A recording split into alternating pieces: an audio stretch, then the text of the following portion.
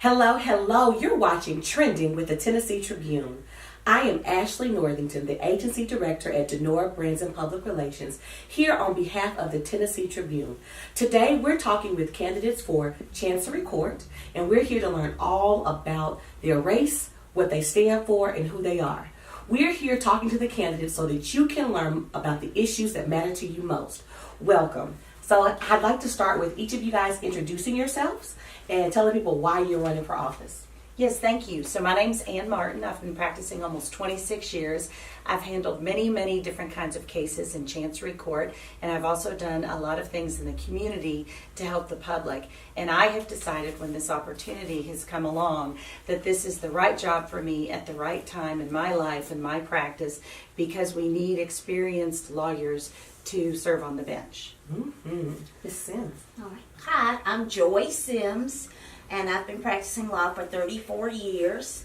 I have owned my own office building on Woodland Street, right across from East Park. I'm a native Nashvilleian. I have practiced in just about every court in Davidson County. I was the first woman to be appointed judicial commissioner at Night Court, where I practiced for 5 years.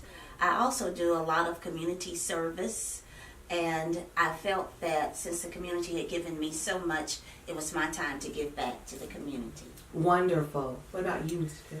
Yeah, hi, my name's Scott Tift. I'm a partner at the firm that George Barrett founded 60 years ago, where we represent people in civil rights and employment cases primarily. So that's everything from voting rights to free speech to discrimination at work to pay at work. And I've been doing that work for the majority of my career and represented businesses at Asbury and Sims for a few years at the start. And I'm running primarily because I think we need people in the court who've represented people and business and who are prepared to be treating people, fairly and respectfully in court and digging in to get it right. Love it. Thank you all for those nice introductions. I love learning about each of you.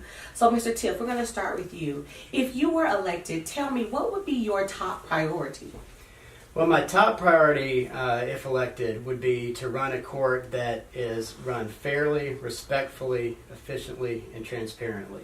And what I mean by the three of those, fair and respect, I think goes together. Every person, government, or business in court should be treated on the exact same fair level. And that should include how they're respected from the court, how they're respected in the writing, the research, and the whole process should be deliberate, careful, and one where everyone leaves, whether they won or lost, saying, well, I got my fair day in court to talk and I was treated fairly. The second, which ties in, is that it should be an efficient court. It's no help to any of the parties if a court is run slowly, because everybody's life's on pause. Sure. And to the people, that really matters. So judges need to be working hard in the evenings, on weekends, whatever it takes to be quick and prompt. And the final one is transparent. This is a public court, and everything that happens in there should be as public as possible, and that includes, in this modern era, having all the records of the court being as available online as possible. Google can find us just about anything, but it's still hard to find some court records, and so that should be fixed also, so that the people's court is open to the people. Wonderful. Ms. Sims. What would be my top priority? Yes, ma'am. First, to make sure that I was prepared for cases that were becoming before me, to make sure that I had done all the research that I needed to do, and also to make sure that all the litigants and the attorneys knew what the ground rules were, knew what was expected of them, knew what my policies were in coming to court and presenting their cases. That would be my top priority. Wonderful. And last but certainly not least, Ms. Martin, what would you do? What would be your priority? Well, everything that Ms. Sims and Mr. Tift has said are important things. We want to make sure that everyone comes into court, feels like they have a judge who's prepared, who listens, who knows the law, and is going to move the case along at an appropriate pace. There are a lot of resources the court has to do that. Judges can become more available to help the lawyers with interim problems that are holding up the case. Judges can also use the clerk and master's office to help them move cases along and help resolve things like discovery disputes. It is very important that cases do move, because when they don't move, it gets more expensive, and it does hold the parties up from an important resolution. In Chancery Court in particular, there are a lot of emergency motions, a lot of extraordinary relief sought, and judges have to be available and be prepared to make those decisions and to get it right so that the case can move forward. Wonderful, I understand. So I've heard a theme come up, and that is a theme of like this thing has to move, the court has to move because we can't put people's lives on pause. That sounds like that may be, a challenge sometimes. So I want to talk about the challenges in Chancery Court. Can each of you speak to what you feel the biggest challenge is that court is facing and how you plan to address that issue? I'd like to start with you. Yes. So Chancery Court hears a lot of different kinds of cases. In some cases, like when the mayor's election is going to be, which is a new lawsuit that was filed there yesterday, Yes. That's going to need some quick resolution and some quick attention, and it's a complex legal issue. Right. There are also cases that are regular cases, I would call, that are going through the process, and cases can get hung up because there's very expensive and very technical and very difficult issues about what kinds of information the parties are obligated to exchange and that kind of thing, and that can sometimes gum up the works, if you will. Mm-hmm. So the challenge for chancellors in particular is to be available and able to handle these extraordinary relief cases that get filed that are major issues of public concern, or they might involve private litigants, but they're very significant issues that have to be resolved right away, while moving these complex cases that are going through the regular court process. I understand. I think that what we're talking about in terms of moving a case along has to do with the judge having good case management in their courtroom. Okay. And it's something we've been on forums before, so it's been discussed. Okay. But and that ties into what I was saying, that I want all the litigants and parties to be aware of what my procedures and expectations would be when they came into my court. That has to go to case management, whether you're going to use a scheduling order or whether you're going to notify all the parties that you expect them to be ready and prepared on their discovery by a date certain, whether if they get hung up in exchanging information, that's what we're talking about in discovery. If they get hung up in discovery, I like for the parties to know that if they did come before me with that on a motion, that they would have so many days to resolve that situation, but to try to eliminate a lot of unwasted court time and energy. Sure.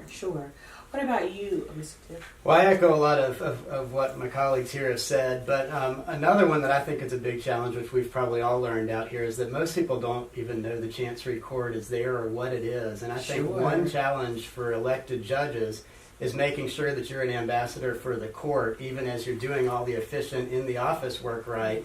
It shouldn't be that so few people who are electing the judges actually know what these judges do. And so I'm committed to, even as I'm working hard in the office, also continuing to stop by neighborhood associations and present to them what the Chancery Court does, to go into Kiwanis clubs and exchanges and fraternity meetings and things like that to make sure that we've got both someone who's working hard in the office, but also someone who's helping try to make sure that some portion of additional people realize what the court's doing up there, so that hopefully, next time elections are coming around, people are a little more aware of what the Chancery Court's doing. Sure, that makes sense. I understand that. So, Ms. Martin, talk to me a little bit about what you feel has prepared you for this judgeship. So I've handled over 134 cases in Davidson County Chancery, including the 7-year Fisk litigation where I was the lead litigator representing Fisk in their attempt to sell an interest in their art collection. The Georgia O'Keeffe? Yes, the Georgia O'Keeffe Okay. case. That case went on for 7 years. I went to 4 states to take depositions. We had 2 sets of experts. It was very complex. And while that is a unique case in terms of the particular facts and the historic significance, the issue of business cases and valuations and sorting out parties' rights, either because of documents that they've executed between them or because of statutory rights, is something that I have deep experience with and is really integral to practice in Chancery Court. So I have a tremendous amount of deep experience with complex cases, but also representing individuals in unemployment benefit appeals, non-compete litigation, discrimination cases. So I have a breadth of experience representing all kinds of parties with all kinds of rights and interests, and I think that particularly makes me prepared to go on the bench in this court. Wonderful. What about you? I have a wealth of experience in all of the courts. I have been to court thousands of times, not only in Davidson County, but in the surrounding counties. I have had trials in Chancery Court. I have been what we call published from some of my trials in Chancery Court. I've represented contractors. I have represented institutions of higher learning, and I have represented just the common individual. Of the three, I have been a solo practitioner my entire career. And so I have had to take cases as people off the street walked in and sought my expertise. Sure. So I could not limit myself to certain areas of practice. But over the years, I have developed, just due to repetition and going to court and being familiar with the court processes, a reputation for being able to get things done in court and to represent even the individuals as opposed to large corporations. Sure, got it. Mr. Tift? Well, a few years into my legal career, I was recruited over to my current firm by George Barrett, who many people knew over the years as Citizen Barrett, because for the last 60 years he was a local legend in civil rights litigation, and he trained me in that field, and that's what I've done a huge portion of my career in, is representing people every day, and everything from voting rights. For instance, just in 2014, the Martha O'Brien Center, just a few blocks from where we are, its election poll opened an hour late, and the Election Commission didn't want to keep it open an hour late, and so we filed a lawsuit on behalf of voters to make that happen. So voting rights and free speech cases where people have been shut down from airing their concerns about public issues, going on to discrimination at work and not getting paid for the work you do at work. So doing that kind of work, representing actual people every day, often engaging with government on the other side, is a really unique skill set that I've had at my years at Citizen Barrett's firm. And I think that brings to the court a unique perspective to make sure that somebody who maybe doesn't have any resources at all is going to be treated just as fairly as somebody who may be able to hire 20 lawyers. Sure, I get it. So here's the last question, okay? What would you say, why should people vote for you, Ms. Martin? Thank you for asking that question. Because of my deep experience practicing in Chancery Court and really practicing in all the courts, because I'm a proven community leader, I've been involved with many, many nonprofits over the years. Also, I am endorsed by almost every former judge in Davidson County, from the Supreme Court of Tennessee to the General Sessions Court, because they know what a good lawyer I am, what a breadth of experience I've had, and how important it is that we have somebody in this job who understands the kind of cases that will be in that court. Mm-hmm. Because of my experience, not only as a litigator, but of the three, I am the only one to have experience as a judicial officer. Mm-hmm. I heard hundreds of cases for probable cause when I was a judicial commissioner for 5 years. And in addition to that, while serving as judicial commissioner, I continued to try cases in circuit court, in chancery, in federal court, in probate court, that had complicated issues that involved everything from individuals to companies. So I believe that I bring the most experience to the table for this position on either side, both as a litigator and from hearing cases. Wonderful. And finally, I think people would submit they should vote for me because I've chosen with my practice to represent people in civil rights litigation, which the way the bar works out, there's not a whole lot of people out there who've chosen to focus on civil rights litigation. And I think it's important to have a perspective from the court where you've been representing people before you were there, where you're set up to make sure that people are treated fairly, that businesses are treated fairly, that government's treated fairly, and that it's a truly level playing field. Wonderful. Well, Tennessee Tribune audience, you've heard it here first. You have a diverse set of candidates here. They all seem marvelous.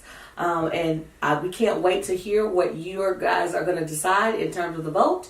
Thank you for watching Trending with Tennessee Tribune.